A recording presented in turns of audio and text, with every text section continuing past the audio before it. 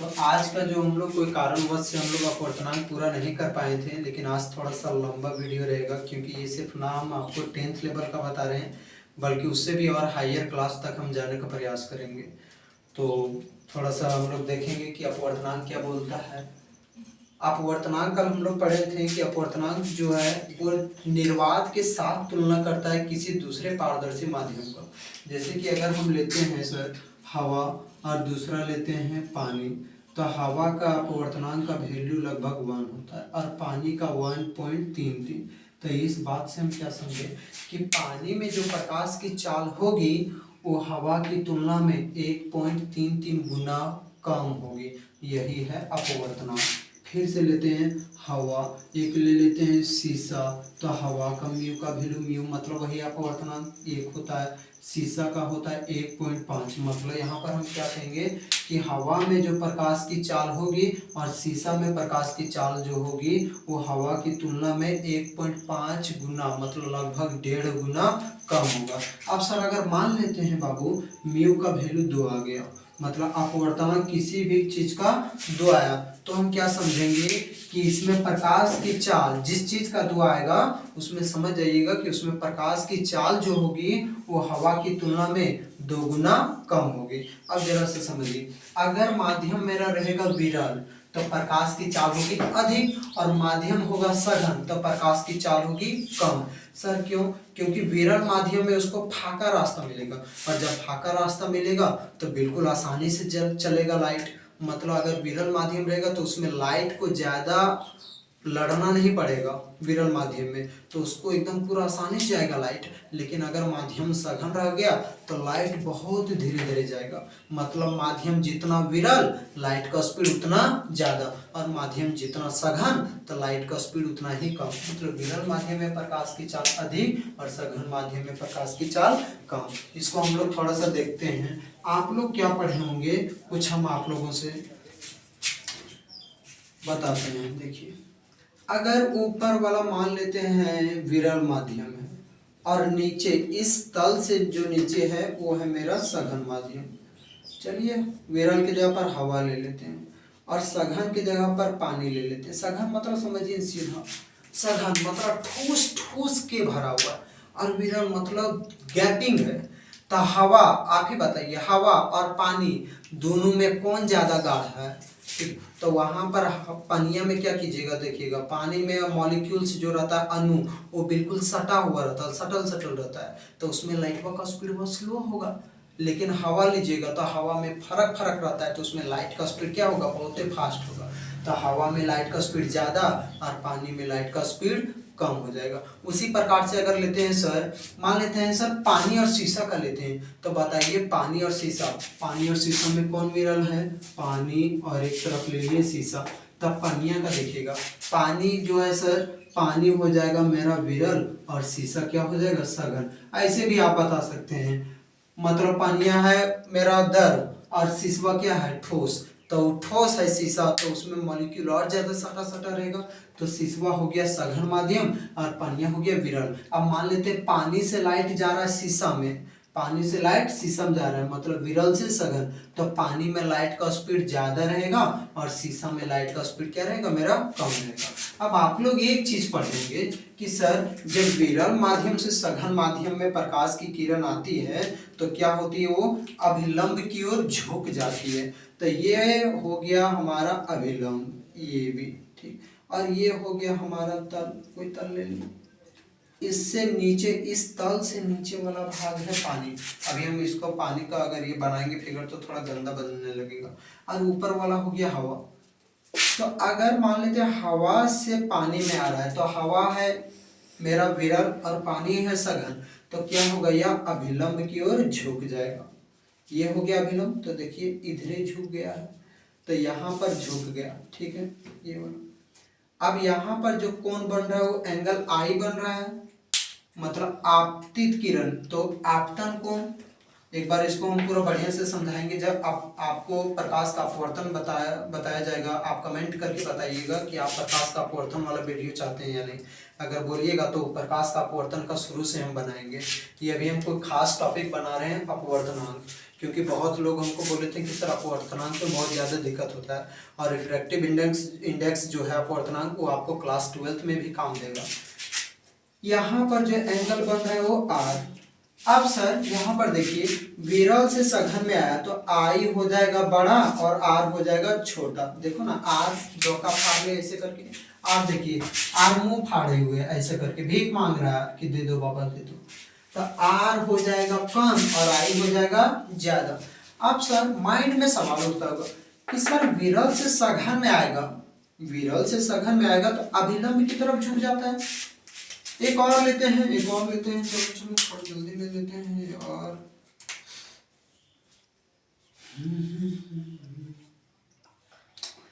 ये भी, ये हो गया हमारा अभिलंब और ये हो गया तल। चलो फिर से यहां पर लेते हैं हवा और इधर ले लेते हैं शीशा। तो हवा और शीशा दोनों में बताइए, दोनों में गैपिंग किस में ज्यादा है? हवा में, जाहिर सी बात है हवा में, तो हवा हो जाएगा विरल। और शीशा में सब मॉलिक्यूल्स अणु जो होता है वो ठूस ठूस के भरा हुआ रहता है, तो शीशा हो गया मेरा सघन। अब शीशा जो है, अब जो प्रकाश का किरण मान लेते हैं कि इस पॉइंट पर पड़ रहा है ऐसे करके, इसको थोड़ा सा बढ़िया से बनाते हैं। ये हो गया, आ रहा है कहीं से लाइट आ रहा है बिंदु स्रोत से, तो ये हो गया आपतित किरण। तो विरल से सघन में आएगा तो आप लोग पढ़े होंगे सर अभिलंब की तरफ झुक जाता है। अभिलंब तो ये वाला लाइन है, ये भी तो इधर झुक गया, तो यहाँ पर कुछ एंगल बन रहा है, उस एंगल का नाम आई। और यहाँ भी एंगल बन रहा है, एंगल का नाम आर। अब आई हो जा रहा है बड़ा, आर हो जा रहा है छोटा, इस प्रकार। अब माइंड में सवाल ये उठता है, और मेरा सवाल ये है कि सर प्रकाश की किरण विरल से सघन में आई तो ये अभिलंब की तरफ क्यों झुक गई? जबकि अगर बढ़िया से देखें तो लाइट को जाना चाहिए था कैसे? इस प्रकार से। इसमें भी देखें तो लाइट को जाना चाहिए था कैसे? ऐसे करके। लेकिन लाइट क्या हो गया, थोड़ा सा टेढ़ा हो गया, मुड़ गई। इसमें भी लाइट मुड़ गई। अब ये किधर मुड़ा है मेरा? अभिलंब की ओर झुका है। सर अभिलंब की ओर काहे झुक गया? अभिलंब से दूर काहे नहीं हटा? ये जो अभिलंब की तरफ ही झुका वो काहे झुका? ऐसे हम नहीं बना सकते हैं यार। इसको चलो ले लेते हैं फिर से। ये हो गया, मान लेते हैं ये हो गया पानी, और अब की बार क्या हो गया? शीशा। पानी और शीशा, तो ये पानी से शीशा, तो पानी हो गया मेरा विरल और शीशा क्या हो गया? सघन। तो विरल से सघन में लाइट आ रहा है, तो बोल सर अभिलंब की ओर झुकता है। नहीं बाबू, हम चलो इधर कर दी, अभिलंब से दूर हटा। काहे दूर हटा? या तो काहे झुका, या तो यहाँ पर हम लोग क्या पढ़े कि अभिलंब की ओर झुक जाता है, तो झुकता ही काहे है यार, वो दूर क्यों नहीं हटता है? तो उसका आंसर अभी हम लोग समझने का प्रयास करेंगे। समझिए, एक एग्जांपल देते हैं। आप बाजार जाइएगा, ठीक है, बाजार जाइएगा एकदम पूरा, तो रोड में जाइएगा तो खूब स्पीड जाइए, खूब स्पीड। या तो दो गो, चलिए छोड़िए, अच्छा एक बहुत बढ़िया सा एग्जांपल, दो गो दोस्त हैं आप लोग, दो दोस्त हैं, एक का नाम ये और दूसरा का नाम हो गया बी। तो चलो दोनों ये लगाया शर्त कि देखते हैं कि दोनों में से कौन जल्दी निकलेगा गाँव में, गाँव से जल्दी कौन निकलेगा इस गाँव से। तो क्या किया, एक दोस्त खूब स्पीड में गया, रोडवे गया।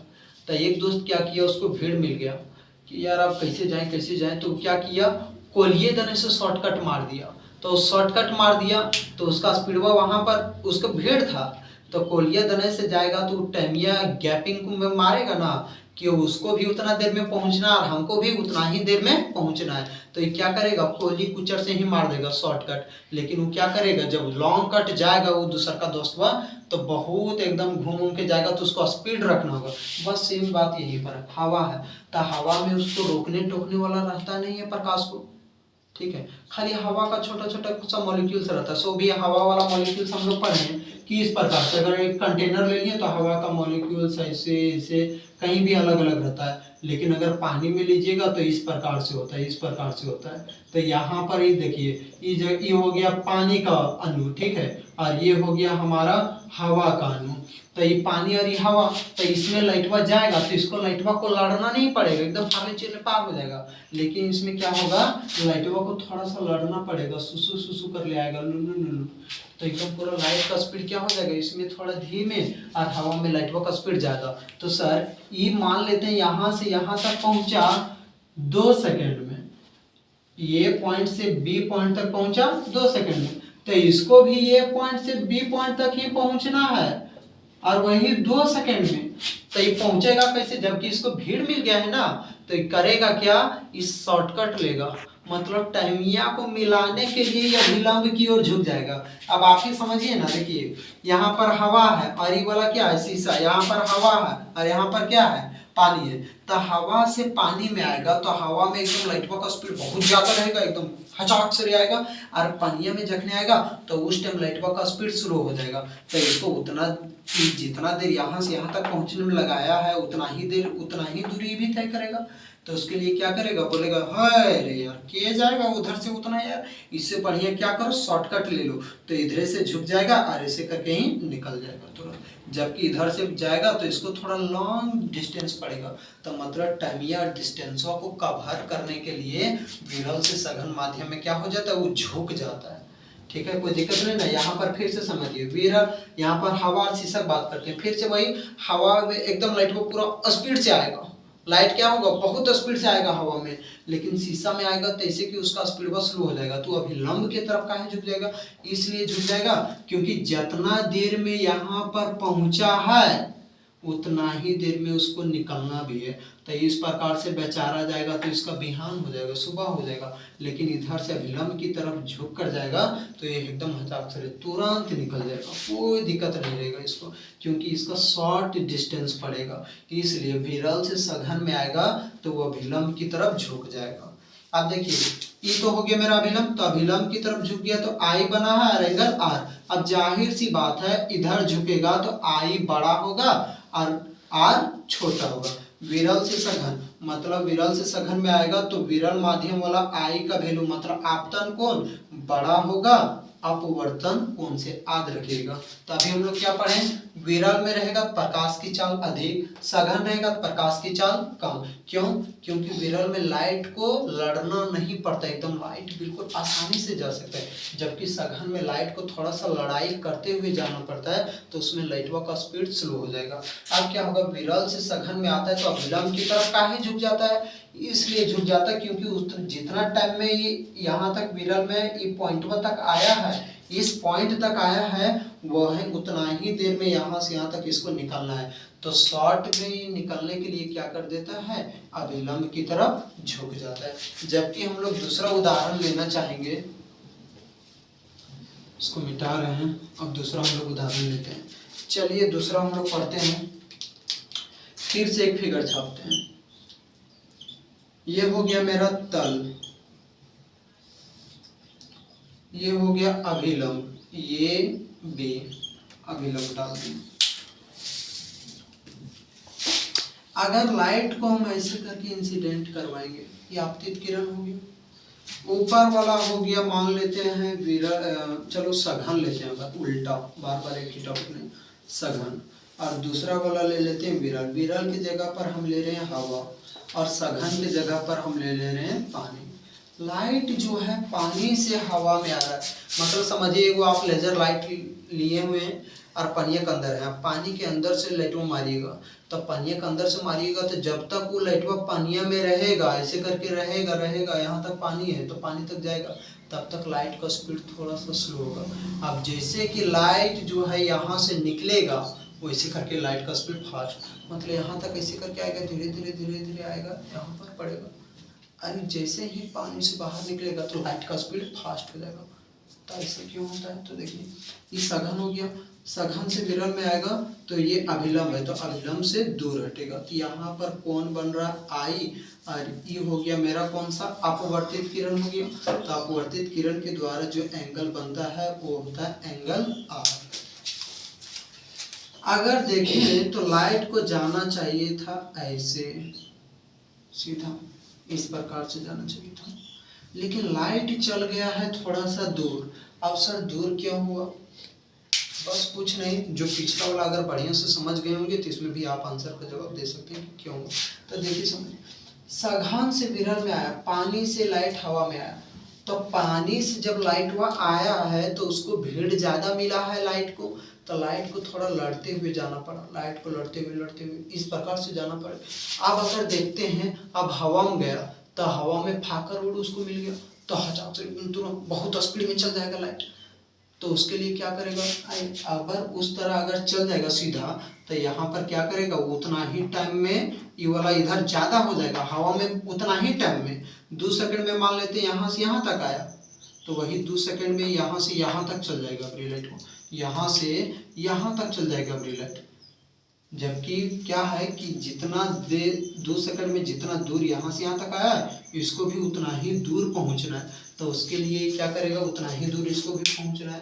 तो ये बोलेगा कि एक काम करते हैं, ये देखो पानी से आया तो पानी से आया तो धीरे धीरे आया है, तो इसमें हवा में हम जाएंगे तो बहुत मेरा फास्ट हो जाएगा स्पीडवा, तो स्पीडवा को फास्ट तो कर रहा है लेकिन क्या किए कि बोला कि चलो हम दूर से जाएंगे, लॉन्ग कट होके जाएंगे, मतलब घूम के जाएंगे, तो इस प्रकार से क्या हो जाएगा, दूर हट जाएगा। क्यों, इसका भी टाइम उतना ही बराबर हो जाएगा क्योंकि दूर जाएगा तो इसको दूर एकदम लॉन्ग कट ले रहा है, घूम के जा रहा है तो इसको ज़्यादा देर लगेगा, और ये एकदम ये आ रहा है शॉर्ट में तो इसको कम देर लगेगा। तो अपना टाइमिया को कवर करने के लिए अभिलंब की तरफ झुकता है या तो अभिलंब से दूर हटता है। तो अगर आपसे कोई फिर बार बार कहीं पूछेगा कि शहर विरल से सघन में जाता है तो बार बार अभिलंबे की ओर क्यों झुकता है, सीधा बोलिएगा टाइम और डिस्टेंस को कवर करने के लिए। सघन से विरल में आता है तो अभिलंब से दूर हटता है, तो क्यों हटता है, टाइम और डिस्टेंस को कवर करने के लिए। तो मतलब यहाँ पर क्या होगा, अब एंगल आई छोटा हो जाएगा और एंगल आर बड़ा हो जाएगा। देखिए यहाँ पर एंगल ऐसे ही देखने से पता चल रहा है कि एंगल आई का वैल्यू लेस होगा देन एंगल आर, ठीक है। अब इसको हम पढ़ते हैं, देखिए विरल से, अब इसको हम लोग कंक्लूजन निकालते हैं। अगर विरल से सघन में प्रकाश की किरण जाती है तो विरल से सघन में तो लाइट का स्पीड कम होगा और क्या होगा कि एंगल आई का वैल्यू जो होगा वो बड़ा होगा आर से। और उसी प्रकार से अगर लाइट सघन से विरल में जाती है, सघन से विरल में जाती है तो आर का वैल्यू फिर बड़ा हो जाएगा आई से, या तो हम लोग ऐसे लिख सकते हैं आई छोटा और आर बड़ा हो जाएगा। ये नोट है, इसको जरूर उतार लीजिएगा कि अगर विरल से सघन में जाएगी तो आपतन कोण ज्यादा और अपवर्तन कोण का मान कम, और सघन से विरल में जाएगी तो आपतन कोण ज्यादा कम और अपवर्तन कोण ज्यादा। देखिए यहाँ पर मान लीजिए यहाँ पर एंगल मेरा 45 डिग्री बन रहा है, 45 डिग्री, तो यहाँ पर 45 डिग्री नहीं बनेगा ये बाबू। क्यों नहीं बनेगा, एंगल आई से एंगल आर है तो आर वाला कौन माध्यम है, सघन, सघन से विरल, सघन से विरल, तो हम क्या लिखे हैं आर का वैल्यू ज्यादा। क्योंकि दूर जा रहा है। अब दूर क्यों जा रहा है वो हम लोग पहले ही पढ़ चुके हैं। तो यहाँ पर 45 डिग्री है तो हो सकता है यहाँ पर मेरा कितना हो जाएगा, 60 डिग्री हो जाएगा।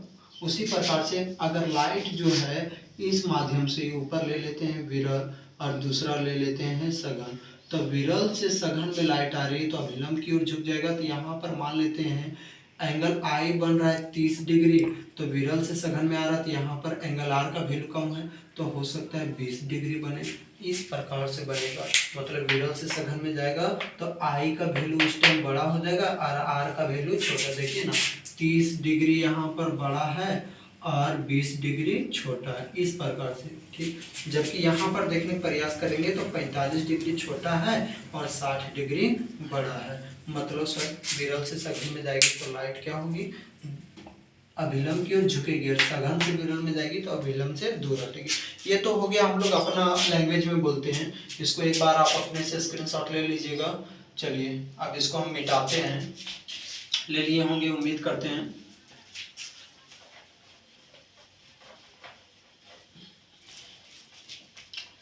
अगर लाइट के विषय में हम लोग बात करें, बहुत ही मस्त टॉपिक है यार। इसको अगर पढ़ाने लग जाए सिर्फ प्रकाश परावर्तन और अपवर्तन तो काफी दिन लग जाएगा। इसको डीपली अगर पढ़ना है तो अगर हम लोग बात करते हैं सर, अभी हम क्या बताएं वो,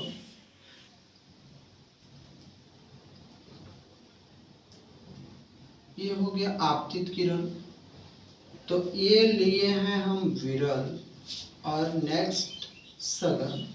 तो विरल से सघन में गया तो अभिलंब की ओर झुक गया तो एंगल आई बना, और यहाँ पर एंगल आर। चलिए आई की जगह पर हम 30 डिग्री बैठा रहे हैं, तो यहाँ पर जो आर होगा वो मेरा कम ही होगा, 20 डिग्री। ठीक है, ये हो गया मेरा 20 डिग्री। आप जरा सा ध्यान दीजिएगा सर, ये अभिलंब की ओर झुक गया। ये हम लोग जो पढ़े बाबू कि विरल से सघन में आएगा तो अभिलंब की ओर झुक जाएगा, तो ये तो हम लोग पढ़ लिए टाइम और डिस्टेंस को कवर करने के लिए। लेकिन अगर इसका आने की एक और डेफिनेशन, इसका एक और कारण हम लोग कॉज जानते हैं कि इसका क्यों होता है। तो क्या होता है, विरल से सघन में आएगा। आप अपने ही समझिए, ये पानी वाला हो गया और ये हवा वाला ले लेते हैं, हवा का कंटेनर कुछ ऐसे ऐसे करके। ठीक है, तो इसमें अगर लाइट आएगा तो इसको लड़ना नहीं पड़ेगा, बहुत कम मॉलिक्यूल से लड़ना पड़ेगा, ये डायरेक्ट चल जाएगा। लेकिन पानी में मॉलिक्यूल लाइट को लड़ते हुए जाना पड़ेगा। तो देखिए अभिलंब की ओर काहे झुकता है, तो ये हो गया, मान लेते हैं हवा, विरल हो गया हवा, और इसको ले लिए हैं सघन की जगह पर पानी। ठीक, तो लाइट को लड़ते हुए जाना पड़ रहा, हवा से सघन में, मतलब हवा से पानी में जा रहा, विरल से सघन में। तो लाइट को जब लड़ते हुए जाएगा तो हवा से जब पानी में आएगा तो पानी का मॉलिक्यूल क्या करेगा, या इधर आओ, मतलब सब मॉलिक्यूल क्या करेगा, अपने तरफ खींच लेगा। इधर पानी वाला तो अपने तरफ खींच लेगा। लेकिन वही उल्टा, अगर पानी से हवा में जाएगा तो हवा वाला मॉलिक्यूल दूर दूर है, तो बोलेंगे हटना।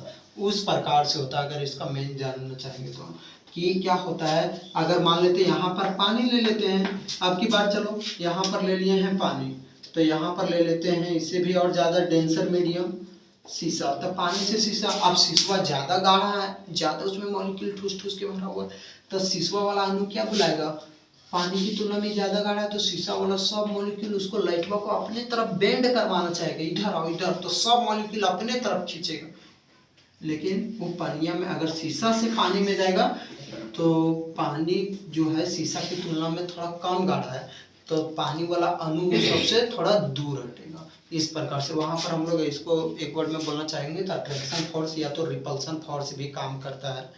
जबकि या तो फिर आप उस प्रकार से ही बोलिए कि उसमें भीड़ कम है तो अपना टाइम और डिस्टेंस को कवर करने के लिए अभिलंब की ओर झुक जाता है, जबकि भीड़ कम है तो उसमें भी टाइम और डिस्टेंस को कवर करने के लिए थोड़ा सा लॉन्ग कट में होके लाइट जाता है। चलिए अब हम लोग आगे बढ़ते हैं। ये तो उम्मीद करते हैं कि आप लोगों को समझ में आ गया होगा। अब हम आप लोगों से एक क्वेश्चन पूछना चाहते हैं। देखिए अपवर्तनांक हम पढ़ रहे हैं, अपवर्तनांक, अपवर्तनांक सर इसका क्या होता है, इसका होता है कि निर्वात में प्रकाश की चाल और माध्यम में प्रकाश की चाल के अनुपात को, निर्वात में, यहाँ पर आपको डेफिनेशन लिखा गया है, निर्वात में प्रकाश की चाल उसको C से इंडिकेट करते हैं, बटा माध्यम में प्रकाश की चाल उसको V से इंडिकेट करते हैं।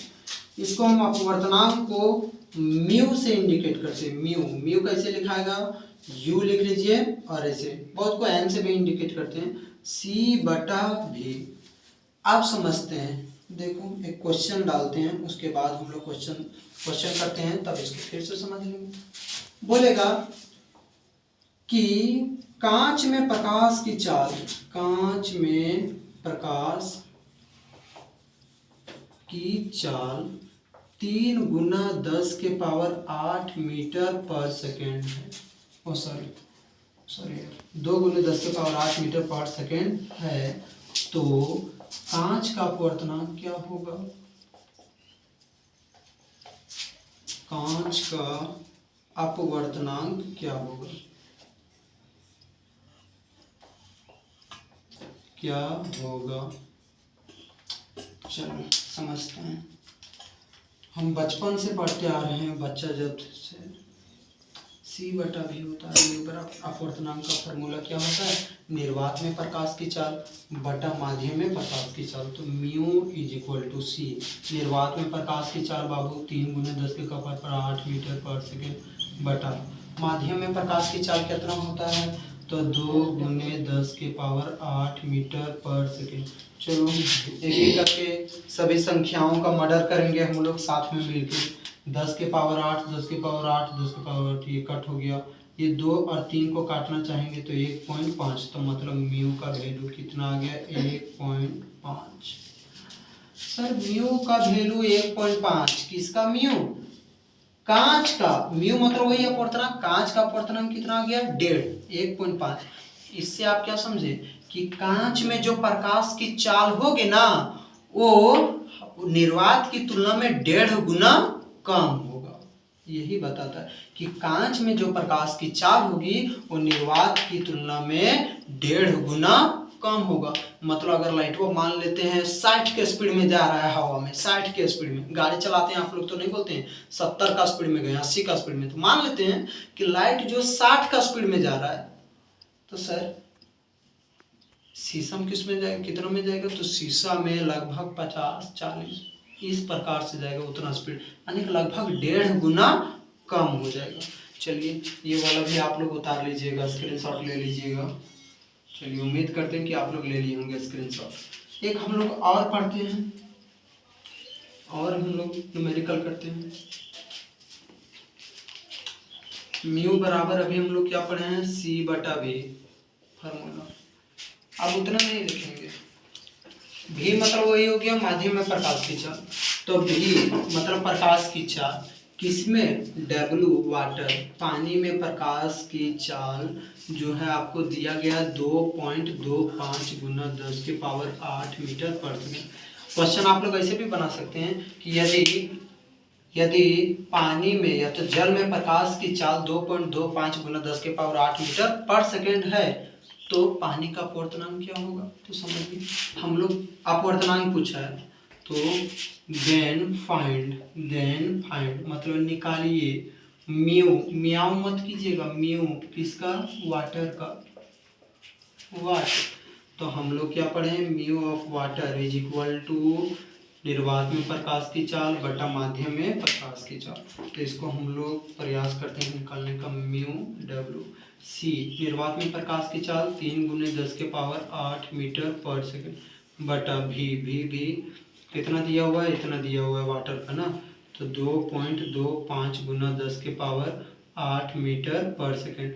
ये 10⁸ खत्म हो गया, इसको और इसको कट कीजिएगा आप लोग घर में बढ़िया से पूरा बना सुना के, तो कितना हो जाएगा? 1.33 आंसर। मतलब जल में जो प्रकाश की चाल होगी इसका ये म्यू ऑफ वाटर निकला, ये म्यू ऑफ वाटर, तो इसका मतलब आप क्या समझे कि जल में जो प्रकाश की चाल होगी वह निर्वात की तुलना में 1.33 गुना कम होगी। बस यही बताता है। अब क्वेश्चन हुआ सर एक बात हमको नहीं समझ में, इसको भी आप लोग उतार लीजिएगा। ठीक है सर, एक बात हमको नहीं समझ में आ रहा है सर। क्या बाबू? देखो थोड़ा सा, अगर हम बात करते हैं म्यू का C/V होता है फॉर्मूला। सर आप हर बार तुलना कर रहे हैं निर्वात के साथ। जब भी देखते हैं कि पानी का अपवर्तनांक निकल गया सर, बोल पानी का अपवर्तनांक मतलब म्यू 1.33, शीशा का निकल गया अपवर्तनांक 1.5, हीरा का हो गया अपवर्तनांक 2.4। तो जब भी आप ये बोलते हैं कि हीरा का अपवर्तनांक 2.4 मतलब इसमें हम क्या समझेंगे कि हीरा में जो प्रकाश की चाल होगी वो वायु निर्वात की तुलना में 2.4 गुना कम होगी। शीशा में प्रकाश की चाल जो होगी वो निर्वात की तुलना में 1.5 गुना कम होगी। पानी में जो प्रकाश की चाल होगी वो निर्वात की तुलना में 1.33 गुना कम होगी। सर एक बात नोटिस करो, हम बार बार किसके साथ तुलना कर रहे हैं? इसका निर्वात के साथ।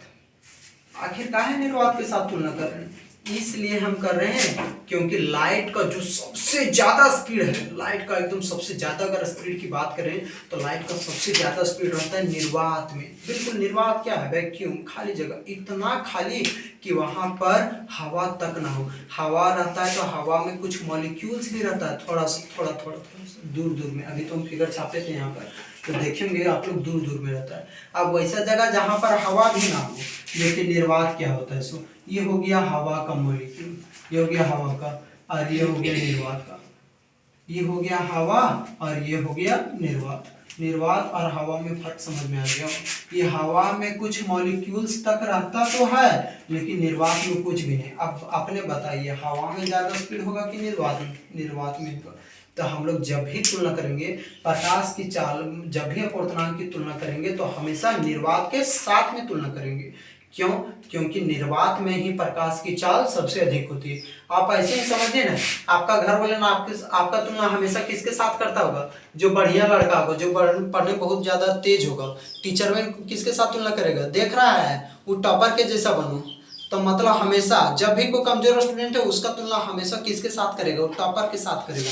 तो यहाँ पर टॉपरवा कौन है? निर्वात है। तो यहाँ पर जब भी प्रकाश की चाल की तुलना होगी तो किसके साथ होगी? निर्वात के साथ होगी। तो अगर आपसे कोई पूछ देगा कि निर्वाते के साथ काहे तुलना करते हैं, तो बोलिएगा ना कि आपकी मम्मी सब किसके साथ तुलना करती है? तुम्हारा किसके साथ? जो तेरा घर के अगल बगल में बढ़िया होगा उसी के साथ ना, कि फलना के जैसा बनो, उसके जैसा बनो, ऐसे बनो, ये करो वो करो, मतलब हमेशा टपरवेल के साथ ही तुलना करेगी। तो यहाँ पर भी हम लोग किसके साथ तुलना करेंगे? निर्वात के साथ, क्योंकि यहाँ का टॉपर लाइटवा जाने का टॉपरवा कौन है? निर्वात है। तो वो है, उसमें हम लोग निर्वाते के साथ तुलना करेंगे। जब भी हम लोग तुलना करेंगे तो आप समझिए, एक बात समझिए, हम लोग क्या सुने थे बाबू?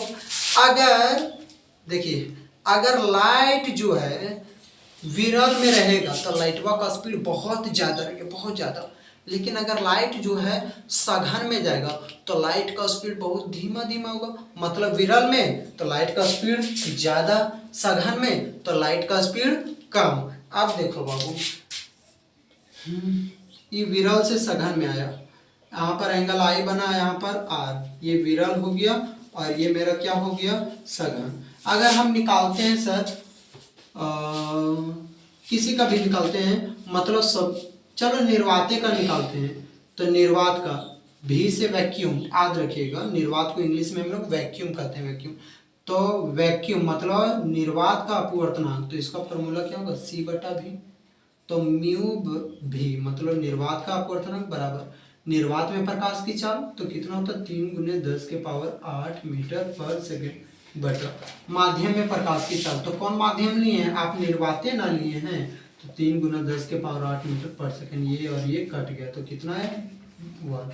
तो म्यू भी बराबर 1, यानी कि निर्वात का अपवर्तनांक कितना होता है? 1। तो देखिए सबसे ज्यादा लाइट का स्पीड किस में रहेगा? निर्वात में रहता है, और उसका वैल्यू कितना है? 1। तो बताइए इससे और कम वैल्यू मेरा एक्चुअल का हम बात कर रहे हैं, मतलब रियल रिफ्रैक्टिव इंडेक्स का, रिलेटिव का हम बात नहीं कर रहे हैं, एब्सोल्यूट रिफ्रैक्टिव इंडेक्स का हम बात कर रहे हैं। जब रिलेटिव का बात करेंगे तो हम लोग अलग टॉपिक पढ़ेंगे, उसका हम एक अलग वीडियो बनाएंगे, और वैसे भी वो 12th के लिए है, तो आप लोग कमेंट कीजिएगा तो वो हम बनाएंगे। तो देखिए म्यू भी, यानी कि निर्वात में सबसे ज्यादा लाइट का स्पीड रहता है, भी मतलब वैक्यूम, निर्वात में सबसे ज्यादा लाइट का स्पीड रहेगा, तो उसका वैल्यू ही आ रहा है 1। तो बताइए इससे कम किसी का वैल्यू आएगा क्या? नहीं आएगा, क्योंकि जिसमें लाइट का स्पीड ज्यादा है उसी का वैल्यू आया 1। आप तो जितना भी आप दूसरा चीज ले लीजिए, सब में प्रकाश की चाल कम होगी। पानिया में ले लीजिए और पानी में लाइट मारिए तो निर्वात की तुलना में पानी में लाइट तो धीरे जाएगा। शीशा में ले लीजिए तो शीशा में लाइट मारिए तो निर्वात की तुलना में शीशा में लाइट कम जाएगा। हीरा ले लेते हैं तो हीरा में लाइट मारेंगे तो उसमें भी लाइट में जाएगा, धीमे धीमे जाएगा। किरोसिन तेल लेते हैं तो किरोसिन तेल में भी लाइट मारेंगे तो उसमें भी लाइट जो जाएगा वो धीमे धीमे जाएगा। अगर मान लेते हैं हम अल्कोहल ले लिया, अल्कोहल है गुटकने वाला, तो उसमें ले लेते हैं, वो सब नहीं करना है, तो उसमें ले लेते हैं, तो अगर उसमें लाइट हम लोग मारते हैं अल्कोहल में, किरोसिन तेल में, इस सब चीज़ों में लाइट मारेंगे तो लाइट का स्पीड जो होगा वो धीमा होगा। किसकी तुलना में? निर्वात की तुलना में। तो जिसमें लाइट का स्पीड सबसे ज़्यादा है उसका 1 आ रहा है, तो बाकी का रिफ्रैक्टिव इंडेक्स 1 से ज़्यादा ही होगा। मतलब सर हम आप कहने का क्या प्रयास कर रहे हैं समझिए, अगर म्यू का वैल्यू ज़्यादा, यहाँ पर हम लिख दे रहे हैं, अगर म्यू का वैल्यू ज़्यादा मतलब अपवर्तनांक ज़्यादा, तो स्पीड ऑफ लाइट कम, ठीक, यही है। अगर म्यू का वैल्यू कम तो स्पीड ऑफ लाइट ज्यादा, मतलब उल्टा पुल्टा है। हम लोग बोल सकते हैं सर म्यू इनवर्सली प्रोपोर्शनल, मतलब अनुक्रमानुपाती होता है 1/स्पीड ऑफ लाइट, ये हम लोग बोल सकते हैं। मतलब सर एक बार फिर से समझो, मार्कर कहाँ है यार, ब्लैक वाला। चलो, यानी कि म्यू ज्यादा होगा तो स्पीड ऑफ लाइट कम होगा, म्यू कम होगा तो लाइट का स्पीड ज्यादा होगा। आप लोग बचपन में एक बार किए होंगे, अपना छोटा भाई बहन के पास बोलती होगी सब, अरे आगे जाएगा कि पीछे जाएगा, मेरा साथ तुमको नहीं चलना है, तुम आगे जाएगा तो हम पीछे जाएंगे, या तुम पीछे जाएगा तो हम आगे जाएंगे, ऐसे उल्टा पुल्टा बोलते होंगे। ठीक है, तो वही है कि म्यू का वैल्यू ज्यादा तो लाइट का स्पीड कम, और म्यू का वैल्यू कम तो लाइट का स्पीड ज्यादा। अब हम लिखते हैं, ठीक है। जैसे कि जल का जो होता है म्यू मतलब अपवर्तनांक, वो 1.33 होता है। हवा का जो होता है वो एक ही माना गया है, उसको 0.99 आता है तो उसको एक ही मान लिया गया। हवा हो गया, जल हो गया। शीशा लेते हैं, चलिए शीशा का जो म्यू का वैल्यू है तो वो होता है 1.5। इसको मिटाते हैं, इसको थोड़ा सजा के लिखते हैं हम लोग। केरोसिन तेल लिखते हैं, केरोसिन तेल, माटी तेल, तो केरोसिन तेल का जो वैल्यू होता है 1.44। ठीक, और शीशा का लिखते हैं तो शीशा का होता है 1.5।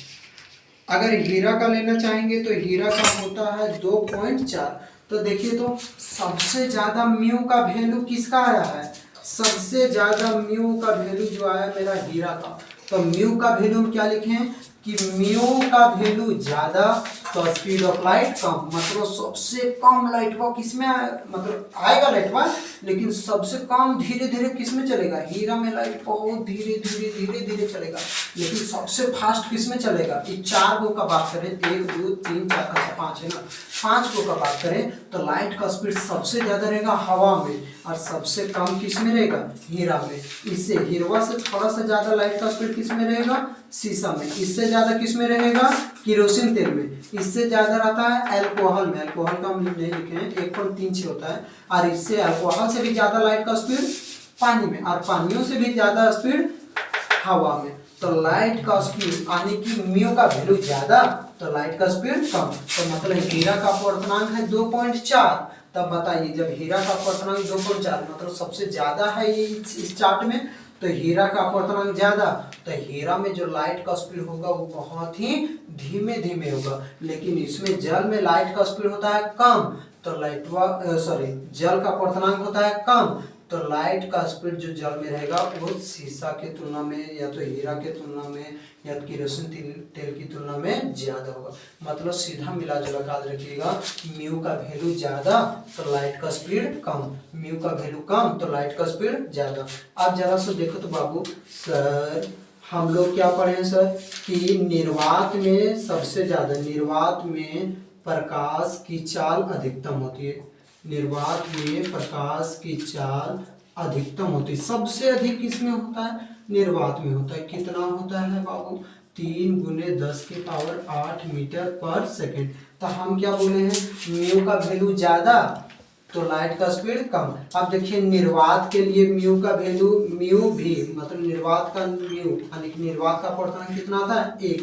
तो बताइए जिसमें लाइट का स्पीड सबसे ज्यादा उसका वैल्यू ही 1 आ रहा है, तो हमेशा आप लाइट का स्पीड जो है वो निर्वात की तुलना, जो भी माध्यम ले लीजिए वो निर्वात से कम में रहेगा उसमें लाइट का स्पीड। हवा लीजिए, पानी लीजिए, शीशा लीजिए, केरोसिन तेल, अल्कोहल, ये सब कुछ भी लीजिए, लाइट का स्पीड जो होगा वो निर्वात की तुलना में कम होगा। तो जिसमें लाइट का स्पीड सबसे ज्यादा उसका तो 1 आ रहा है, तो बाकी का जो म्यू का वैल्यू होगा वो 1 से ज्यादा ही हो सकता है। मतलब अगर हम लोग बात करें absolute refractive index, RI refractive index, तो हमेशा क्या होता है वो 1 से ज्यादा होता है। सभी चीज का 1 से ज्यादा होता है, ये याद रखिएगा कि रिफ्रैक्टिव इंडेक्स का वैल्यू हमेशा 1 से ज्यादा है। हमेशा एब्सोल्यूट का बात कर रहे हैं, रिलेटिव का नहीं, रिलेटिव वाला में आता है कम, लेकिन एब्सोल्यूट वाला में क्या होगा, हमेशा 1 से ज्यादा आएगा। मतलब अगर आपसे कोई पूछेगा कि अपवर्तनांक का मान हमेशा कितना आता है, तो बोलिएगा कि अपवर्तनांक का मान हमेशा 1 से बड़ा आएगा, कभी भी 1 से छोटा नहीं आएगा। अगर मान लेते हैं बाबू 1 से छोटा आ गया, मान लेते हैं 0.8 किसी का आ गया, देखो ना कैसे गलत हो जाएगा। सो म्यू, अगर कोई चीज का म्यू का वैल्यू 0.8 आ गया तो ये 1 से कम है। हाँ सर, 1 से तो कम ही है। अब 1 से कम है तो 1 वाला में ही सबसे ज्यादा है प्रकाश की चाल, तो 0.8 तुम कौन वाला ले लिया की तरह उसमें चल गया। इसलिए समझिए 1 वाला में क्या है, प्रकाश की चाल सबसे अधिक है, जिसको हम लोग निर्वात कहते हैं। तो तेरा 0.8 आया है, मतलब 1 से कम आया है, तो तुम कौन माध्यम ले लिया है कि तुम निर्वातों से और ज्यादा फास्ट में लाइट को दौड़ा देगा बाबू, तो वो फिर क्या हो जाएगा, गलत हो जाएगा। इसलिए एब्सोल्यूट रिफ्रैक्टिव इंडेक्स का वैल्यू हमेशा 1 से कम आएगा। ये समझ गए कि म्यू का वैल्यू ज्यादा तो लाइट का स्पीड कम, म्यू का वैल्यू कम तो लाइट का स्पीड ज्यादा, उल्टा रहता है।